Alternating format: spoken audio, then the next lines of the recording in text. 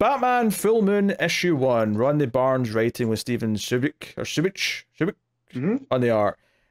So this is our Werewolf miniseries, Black Label, 4 issues. This is issue 1. And first things first, yes, the art here from Subic is it's perfect for a horror focused book. I will say that.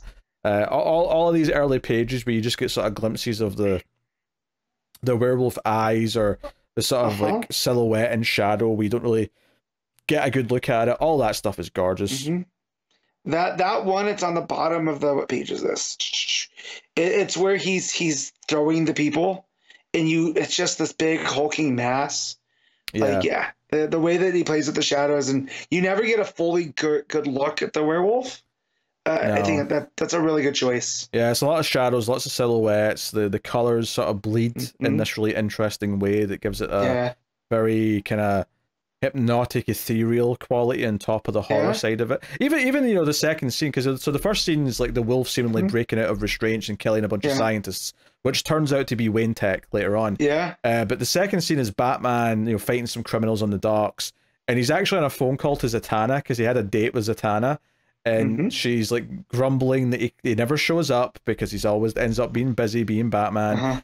But some of this art here of him fighting the criminals with like the night lights of the city like shining on his back, or that page where he's in like sort of the orange fog, sort of like, you know, facing down these criminals as they're trying to fire guns at him. It's just gorgeous stuff. Because he dropped like a flashbang, right? And then so he's all heated up, so he's almost like glowing white there, because that's kind of their perspective, and then he's just that silhouette in the orange and the yellow. It's really good stuff. Yeah, this is gorgeous. And Zatanna's like, okay, I'll maybe get lunch with you tomorrow then, because this is, you know, maybe we should just be friends, but we'll give it a try. Yeah, what a weird outfit they put Zatanna in for this date. Yeah, like, look, I like Zatanna. I just don't think like that is that first date. You know, like, sure, it might not be their first date, right? But I mean, she said this is the 3rd time I've got dressed up and been stood up at the restaurant, and because I was thinking that, and I see like the ripped jeans, whatever, but the top she's wearing is like this weird. It's almost a halter with tails, though. Like, it really looks like a piece of fabric she just kind of stapled together over her boobs, and that's it. Like, that's the whole outfit. It looks really weird. Like, again, the whole Batman Zatanna relationship type thing is whatever, but this made me realize that Bruce definitely has a type. Selena has dark hair. Talia has dark hair. Zatanna has dark hair. Yeah. You know, they all have, you know. Just a weird choice. It's even a weired color as well. It's like a sort of brown, maybe a dark red kind of. Yeah. It almost looks like she's wearing a Old West gunfighter belt, too. Also, barefoot, seemingly, in a restaurant. Yeah. You know, out of all the characters that wouldn't wear shoes, Zatanna makes the most sense. You know, she can teleport places, right? Like, I'll take your word for it, but very weird. But Batman's like fire drones, or he sees like firefighter helicopters going somewhere, so that gets his attention. And we get, you know, whenever we get these wolf scenes, right? So we get this great couple of pages in like the sewers or whatever it is, where the wolves like attacking more people, and there's just this hint of red like around the silhouettes of these like attacks that are happening. You see like maybe a little bit of the teeth at one point. At one point you see like a head just flying in the darkness, flying across. So it's just really gorgeous horror movie stuff that I really like. Close up of the eyes here, but you get like narration from the werewolf, like whoever's inside, like talking about this rage, this like violent animalistic rage that he's trying to control but he can't. Whoever is inside the werewolf is very poetic. Yes, which I appreciate. You know. Good. I was gonna say that ends with a big full page spread here of like, again, you can't quite see the wolf except a little bit of the fur at the edges, but it's a full page spread of the claws going through like 2 guys in the darkness. Really nice. It is ghastly in the best way. Yeah, it's good stuff. But Batman goes to the Wayne Tech, the Wayne Pharmaceuticals building that this all started in. Gordon's there. He pops up out of nowhere like he does. I love that he's like, hey, I need some space to think, and Gordon like sends out everyone out of the room, including the fire chief, who's like, wait, this was like an arson thing. I should be here for this. I'm the heavy. And then Batman steps in and says, the bodies mean that Gordon's the heavy. Like, i.e., heavier. Yeah, get the F out. So you know what though? This is where I'll disagree with Batman. He should know this from knowing crime scene. Fires are notoriously tough to find evidence, right? Because of the water damage and whatnot. So letting the fire crew kind of clear everything first is the smarter move. Because everything's already damaged. You're not going to find much. Yeah. I mean, but yeah, that's it's Batman. We could say. I know. But Batman deduces that these limbs and stuff weren't cut off; they were ripped off, right? Yeah. So, which we know as the audience, but he's piecing some of it together. It's all super moody and great. Good stuff. So yeah, basically the beast like is spotted like in the park or whatever, over at Kane Park. So Batman's on his way over. Again, some of this art here where you've got like just like shadows of people like running into like the tree line in the park. It's just gorgeous. And it's misty like a good werewolf movie should be. Yeah. Like there's a mist that's rolling through the park, and the cops are approaching. We know this beast is going to tear them up, but they don't know that yet. And so there's a tension too as they're entering into the fog. Oof. Yeah, you just get like the streams coming from the trees. You don't really see it, right? You just see like these bubbles with the helps and the ahs and ohs, and there's a mama.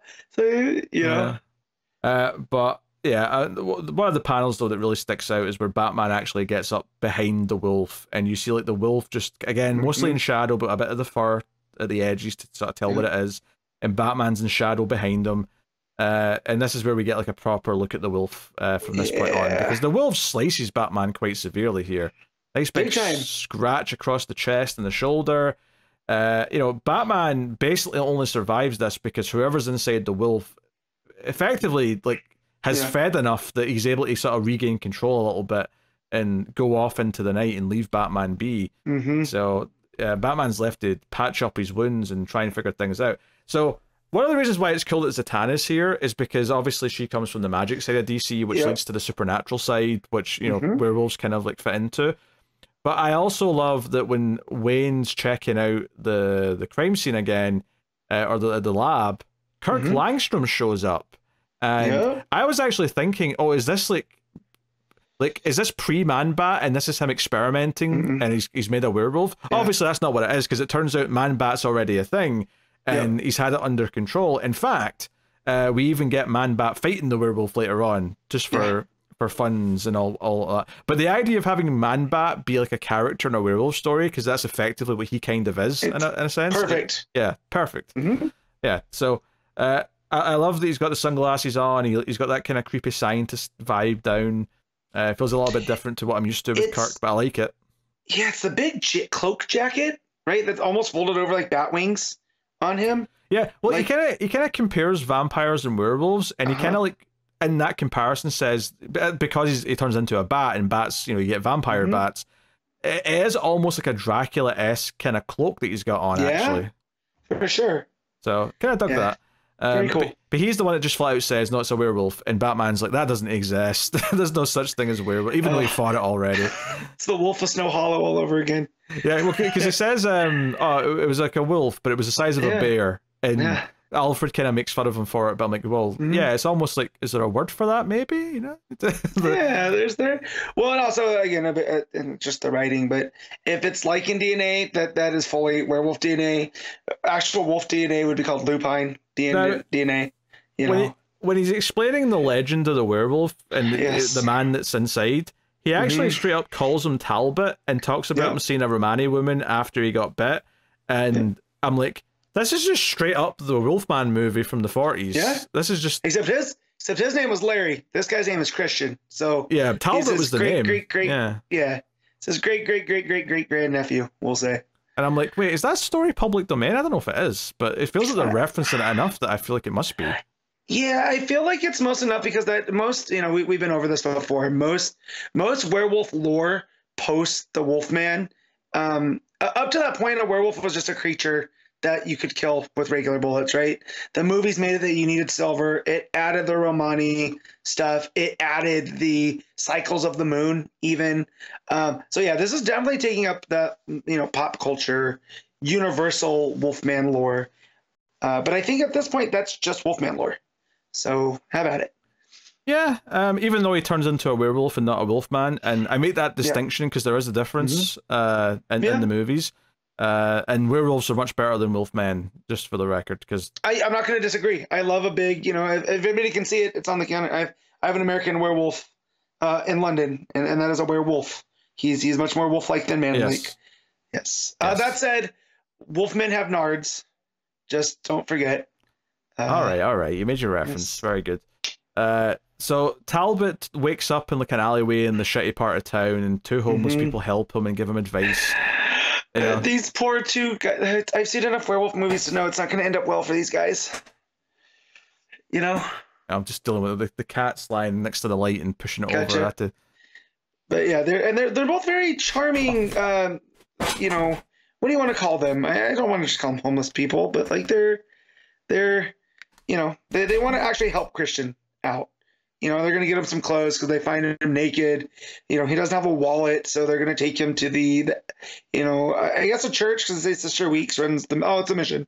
Runs the mission, to help him get clothes and whatnot.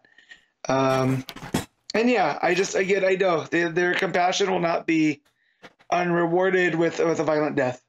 Sorry, I had to go and actually move him because then he knocked it over completely, and I had to grab it and then pick him up and make it clear that I wasn't happy with his behavior. Yeah, you have to establish dominance. Yeah. So yeah, we got Bruce and Zatanna on their lunch date, and again, Bruce is like, I don't believe in supernatural nonsense. It's all a bunch of bullshit. And Zatanna's like, I'm literally a witch. Like, I do magic. You've seen me do magic. What do you mean it's BS? Yeah. But I love the fact that with everything that Batman has seen and all of his stuff, man, his best friend is an alien. He's like, magic? Werewolves? Pff, no, those don't exist. There's science. There's a science reason for everything. Yeah. And then as she's explaining all this, Constantine cuts in and says, oh, with all that rah-rah, you think she'd be boring in the sack. And it's like a reference to earlier because she mentioned Constantine earlier, and Bruce made a little comment about, are we ever going to have a conversation where he doesn't come up? Yes. So this seems to be the first time that he meets Constantine in person, though, given his reaction. And yeah, so he's like, we're here because what's going on or whatever. Things are about to get much worse, blah, blah, blah, blah. He's like, hey, do you know the Batman? Go call him because bad things are happening. Anyway,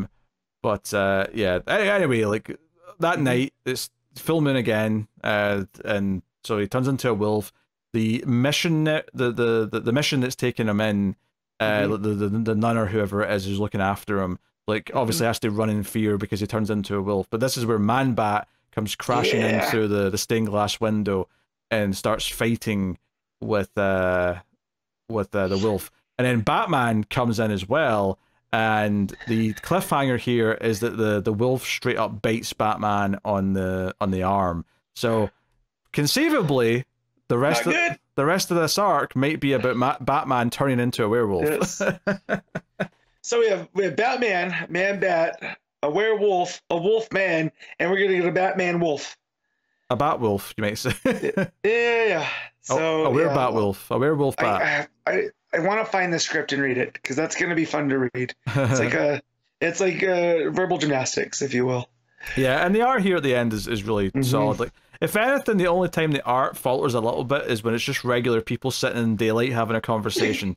That's where it doesn't quite work as well, because this artist absolutely excels when it's moody, when it's horror, it's nighttime, and there's actions happening.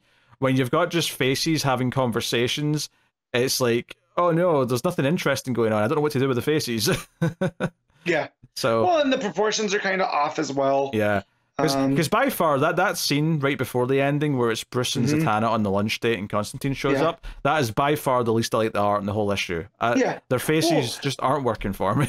Yeah, but then when you see Zatanna the page before that, and she's doing all of the magic stuff, it with Wonder Woman and Dr. Fate, it looks pretty good there. So again, in action, fine. Yeah. Just sitting around, not so much. Yeah, to clarify though what Matt just said, that that's not something that's happening in the scene. That's just like when she's explaining her use of magic, it's like there's like a splash page of like, you know, stuff that she's done in her past.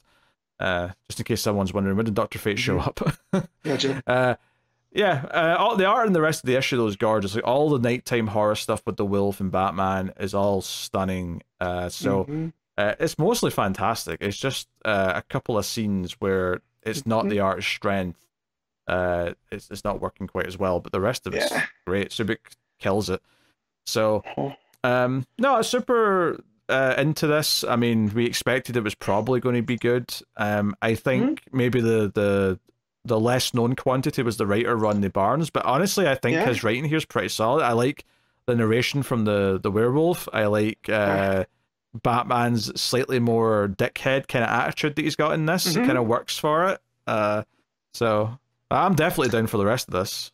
Oh yeah, for sure. Yeah, Rodney Barnes is a good take for monster stories, it seems like, right? Because again, that tension, we know what's lying inside the park, right? And as the cops get closer, you know, it's only 1 or 2 pages, but you can feel that because we know what's going to happen. So I you know, it feels, you know, to be able to put that in and then work with the artist to make that, you know, work as well as it does. I thought that was a pretty good high point, and in a very good book. So yeah. Yeah, if you want a horror comic, a horror Batman comic, this will do. Perfect for Halloween reading, I guess. Yeah, and I also like there's a part that I want to mention too where he goes, whatever's in there, it's pretty strong. And Batman's like, stronger than Bane or Croc? Okay. Right, so we're kind of establishing how strong this wolf is. Right? Yeah, he's a bit in over his head, and it also establishes that he's fought something like Killer Croc, so he's not. It's not a new thing for him to fight something kind of big and monstrous, but this is a new level. So that's cool. So no, I was into it. What are you rating Batman Full Moon? I'm gonna give this a solid 8. Yeah, I might even go 8.5, honestly. I really liked it. A couple of the regular talking scenes, the art not being as great, being maybe the downside to it, but I really enjoyed all the wolf scenes, I enjoyed all the Batman scenes, and yeah, great cliffhanger, so alright.